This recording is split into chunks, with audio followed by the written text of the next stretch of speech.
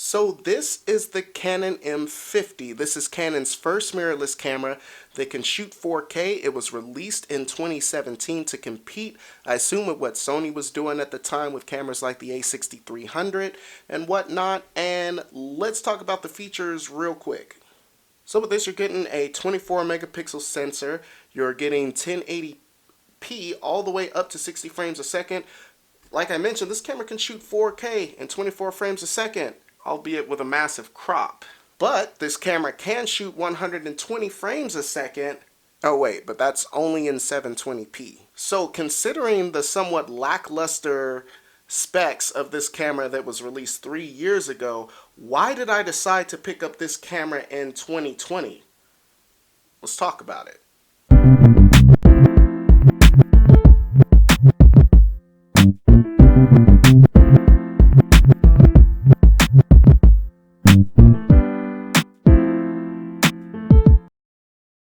Okay, so for the last year and a half on this channel, I've been shooting with a Canon T5i.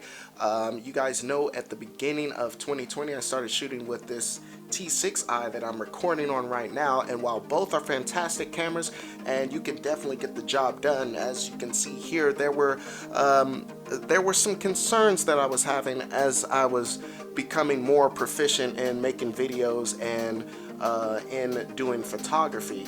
And so when I went to make out a list and start to check off things that I wanted to get into, and sidebar real quick, I think really that's the only reason when you should upgrade your camera body is when A, you basically master the camera you're using, and B, you start to find that the camera body's limitations are keeping you from growing as a creative. And so I was running into that. There were certain things that I was wanting to get into. For instance, I was wanting to shoot 4K, and I was wanting to practice that this year and kind of future-proof my setup. I still primarily shoot everything in 1080p, and sometimes I'll upscale it to 4K, but it's not really something that I do often as far as shooting in 4K. But it was something I wanted to future-proof my set. I still wanted the autofocus that I get from Canon cameras. I wanted the flip-out screen. I was also looking for a bit of a smaller body, and just a lot of things like that. And so when it really came down to it, the camera that checked off most of the boxes for me was the Canon M50. Again, going back to the first thing that I was talking about was the form factor. I wanted a smaller body, and so I thought that I would get into a mirrorless camera. I was also looking at the SL2 at the time, and I decided to go on this one mainly for the 4K capabilities, but this is a tiny camera. I mean, I can palm it no problem. Actually, like this, and with the lens off, I can stuff this thing just down in my pocket and I'm off to the races. That was one thing that I was running into with the Canon T5i. There was a video I did late last year where I was doing some snow day pickups. I actually got kicked out of the mall just because the Canon T5i and the 6i is just big enough to where people see it and they go, hey, what are you doing? Are you shooting like some kind of official film? You know, they don't really bother you if you're shooting on a cell phone or even on a point and shoot. And so I think this will have a similar effect. I can shoot on this. Let me show you the kit lens real fast that this comes with. So this is the kit lens that this comes with, and this thing is tiny compared to my 18 to 55 kit lens, or even a bunch of the other lenses I use. It's tiny, it's lightweight, and I like that it actually goes out to 15 millimeters, so you get a pretty wide angle on this, and vlogging on this is no big deal at all. We're going to take this out, and just full disclaimer, for the test that I'm going to be doing, I'm just going to use the M50 with the kit lens. I do have an adapter that I bought with this because I got off of Facebook Marketplace. 400 bucks, by the way, fantastic deal. In the box, he had a ComLight adapter, so I'm able to put my EF and EFS lenses on this thing. But for this review, we're just going to stick with the kit lens because I just want to show you what you're getting right out the box if you just pick this camera up new. So that being said, let's put it on real quick.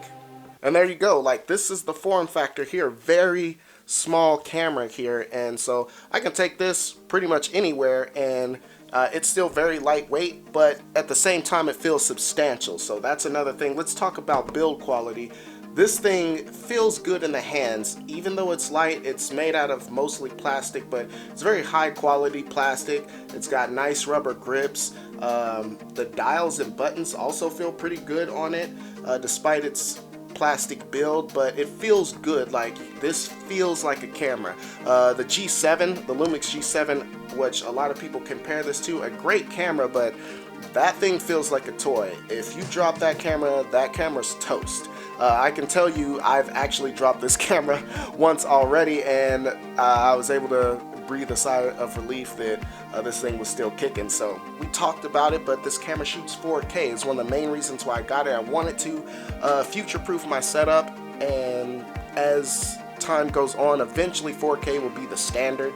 And this has a really nice 4K image. It shoots 4K at 24 frames a second. It unfortunately doesn't do 30 or above, but if I was gonna have one frame rate, 24 would be the frame rate I would want. Unfortunately, as we talked about it, this has a massive crop on it. I want to say it's like an additional 1.6 or 1.7 times crop on it. The other downside is, though, there's no dual pixel autofocus, so it goes to an older phase detect autofocus, where basically the most contrasty item in the frame is what's in focus. You can get by with using manual focus. This thing does have a lot of focus assist features like focus peaking, so it'll highlight whatever's in focus and with a red outline or yellow or whatever color you want to decide. So I've been able to get by on that. 4K, as I mentioned, is not something I'm going to do all the time because again, I've had this camera for 6 weeks, and I would have made this video a while ago, but I actually had to buy a new computer because the laptop that I had wasn't beefy enough to handle editing 4K footage, so I had to upgrade computer. So that's something to consider if you say I want to just jump into 4K. Your equipment may not be powerful enough to handle it. So 1080p is still the standard, so you're good with rocking 1080p. That being said, 4K is just something that I wanted to have, but not something that I necessarily needed. Talking about the other frame rates, again, you got 60 frames a second in 1080p. Dual pixel autofocus still works when you're shooting 60 frames a second, so you can still get some nice slow-mo and some dope B-roll out of this camera. Going up to 120 frames a second, same issue with the 4K, you lose autofocus completely, so you're gonna have to rely on that focus peaking, and of course it's at 720p. The 720p honestly doesn't look that bad though, all things considered, and it's definitely usable in a lot of instances and fun to play around with. Other features like time-lapse mode is fantastic. I can shoot time lapses now, and it'll stitch those automatically into a video, and you can do those in nice 4K time lapses. Fantastic. Alright, so in closing, who is this camera for?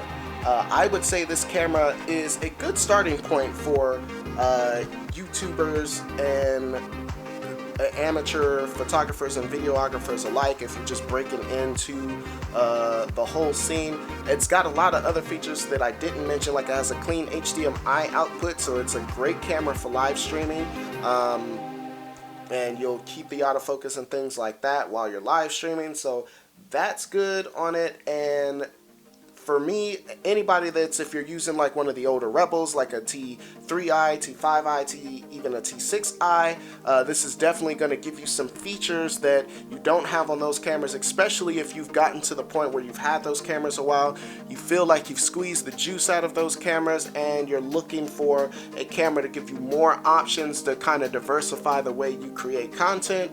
This is definitely going to do it. The image out of this camera is really nice, and that's another thing that I didn't really touch on as much as I wanted to, but the image out of this camera looks great in 1080p, and despite, whatever stats it has, whatever the specs, if it's as good as this camera, if it's not as good as this camera, whatever the case, the image overall at the end of the day looks good, and so you're definitely going to get a good looking video if you know what you're doing, and as you get better you'll see the quality of your videos go up. So definitely something to consider when looking at a camera like this. Again, nice and cheap. I paid $400 for mine.